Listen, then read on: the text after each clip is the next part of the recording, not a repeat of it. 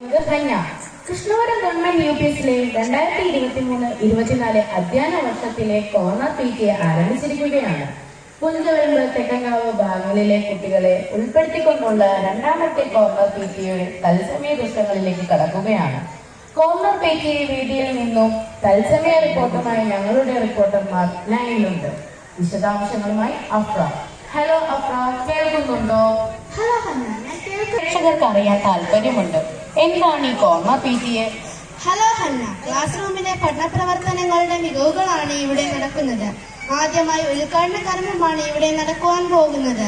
പുഞ്ചവരമ്പ്, തെക്കങ്കാവ് ഭാഗങ്ങളിലെ സ്കൂളിന്റെ പരിസര പ്രദേശമായ 15-16 വാർഡുകളിലെ ഏകദേശം 50-ൽ പരം കുട്ടികളുടെ പഠന മികവുകളാണ് ഇവിടെ കാഴ്ചവെക്കുന്നത്.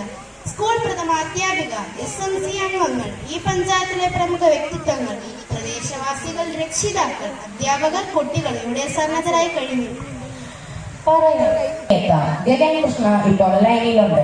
ഹലോ ഗഗൻ, കേൾക്കുന്നുണ്ടോ? ഹലോ അല്ല, കേൾക്കുന്നുണ്ട്. അദ്ദേഹത്തിന്റെ മൈക്ക് കൊടുക്കും. അഭിപ്രായം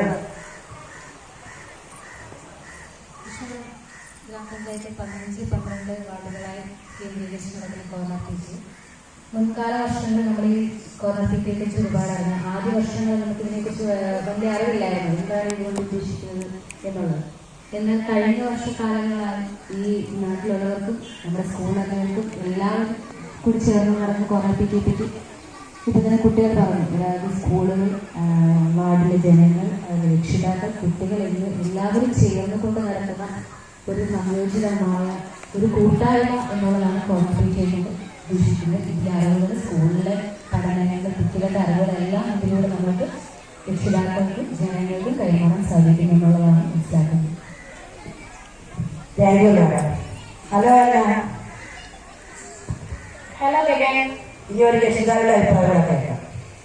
നമ്മുടെ കുഞ്ഞുങ്ങളെ പരിപാടി കാണാനായിട്ട് വെയിറ്റ് ചെയ്തിരിക്കുകയാണ്.